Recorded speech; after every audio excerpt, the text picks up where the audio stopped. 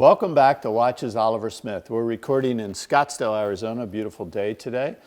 And we also have a store, a Panerai boutique in Aspen, and an Oliver Smith boutique upstairs above the Panerai boutique. So if you want to see any of this product live, you can either visit George here in Scottsdale or Tim upstairs in Aspen, or Elizabeth, part of that team up there. Elizabeth, my daughter, runs the boutique and the Aspen operation.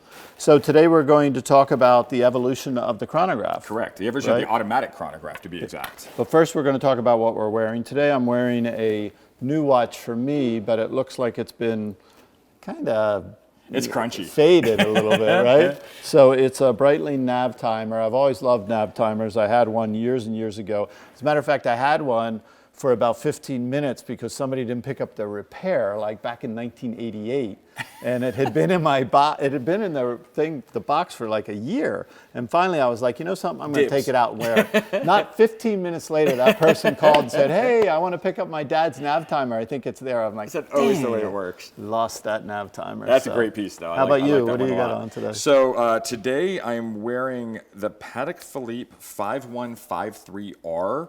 It is a Calatrava, oh, sorry, I got my glove caught there. Yep. In an officer's case. Kind of interesting here, and you don't see this very often. It has what's called a hunter case back.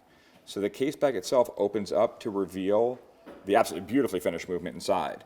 But real simple, three-hander with a date, and it just wears really nicely. You use that term hunter case a lot in the pocket watch business. Correct, A hunter that's case exactly what it's from. Folds over top, or an open face, two different types of pocket watches, right? But yeah, just a beautiful, simple watch. Yeah. And as far as Patek goes, kind of a bargain. Yeah. You can pick them up with, in the 20,000 range, not the 200,000 range. Right. So yeah, it's just a great piece. So. Yeah, that's a beautiful watch. Absolutely. Okay, tell us what we're going to look at today, George. So today we're going to talk about the history of the automatic chronograph. So we're going to take you back to 1969 when everything before that was a manual wind chronograph. So every watch company that did a sports watch was looking to create an automatic chronograph. So this one here, which you've actually seen in another video, but this is the Heuer Octavia. But so this one here is a great example of an early collaborative effort. It was Jack Heuer, Breitling, and the R&D department from Hamilton all combined their R&D to create what they considered the world's first automatic chronograph. And that was a combination, the Octavia was a combination of automatic and aviator. And aviation, right. yeah. And that's Heuer's version of this watch. Sure. In Breitling, it was the chronomatic as well as Hamilton, but chronomatic was the movement. But yeah, Octavia is a great name because Heuer's history was in aviation and automotive chronographs. And then they kind of became a watchmaker. So what's really interesting here that you see is that the crown is on the opposite side. And this was due to the fact that this is a sandwich movement.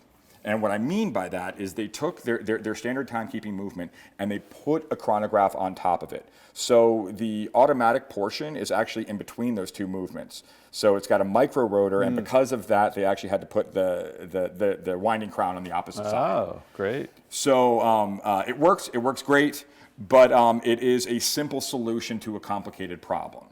Around the same time, a company called Zenith was in the process of making the El Primero. Now, the El Primero, or the first, was the first automatic chronograph to be developed from the ground up as an automatic chronograph. It's called an integrated chronograph, not a sandwich. It's not a module piece. So the entire movement is dedicated to that specific form of timekeeping. Fun fact as well, both of these companies claim to be the first. Technically, it was Seiko. Seiko beat them both to the punch by about 6 months, and they had it wasn't just prototype. They had here it is, you can buy it.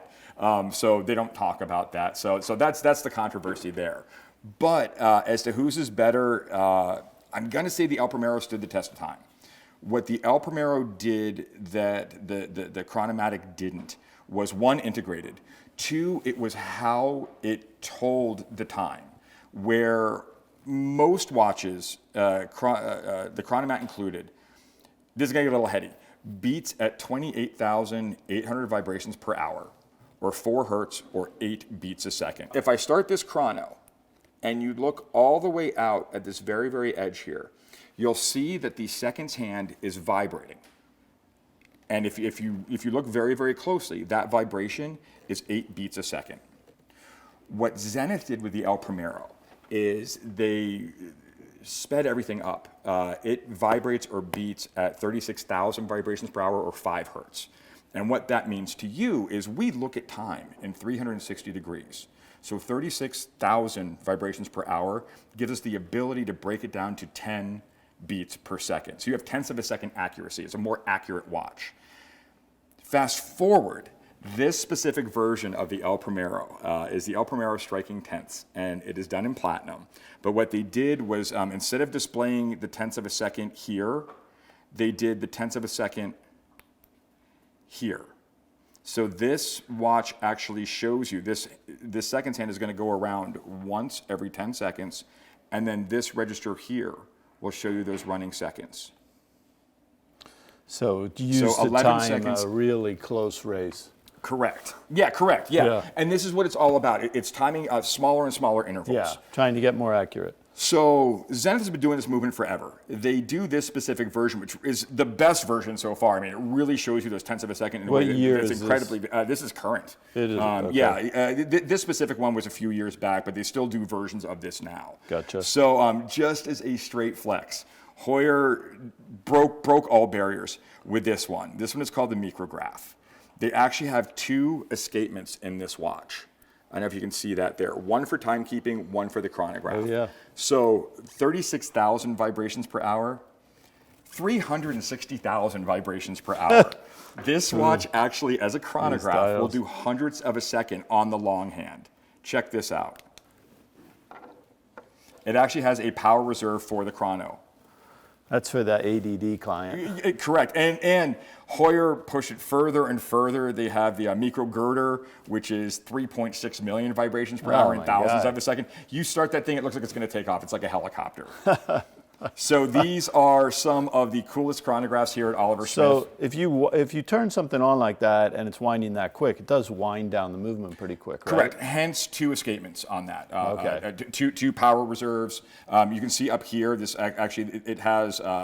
It has a power reserve on there. just for the chronograph. Yeah, just to let you know what's going on. It's going to wind down quickly. Correct. I mean, if you run your chrono all the time, your watch is not going to have the same power reserve as if you don't run your chrono. Well, that's right? in this one absolutely, because the chronograph leaches off of the timekeeping movement. Not so much in the El Primero. You really can run it without any real issues. Yeah, it's interesting. You're normally right, but it varies actually a little bit watch to watch. Right. It's just so cool to see these going. I absolutely Yeah, love it. that's fun. Yeah. Well, that's great, George. Thanks again for that in-depth dive into the chronographs. There are You're really very some welcome. cool pieces there. It's a pleasure. Yeah, I love having this stuff here. Thank you again for joining us at Watches Oliver Smith, and please let us know if we can help you in any of your watch searches. And if you like what you saw, please click subscribe and hit the notifications button. That way you'll be the first to know. Thanks again. Thanks.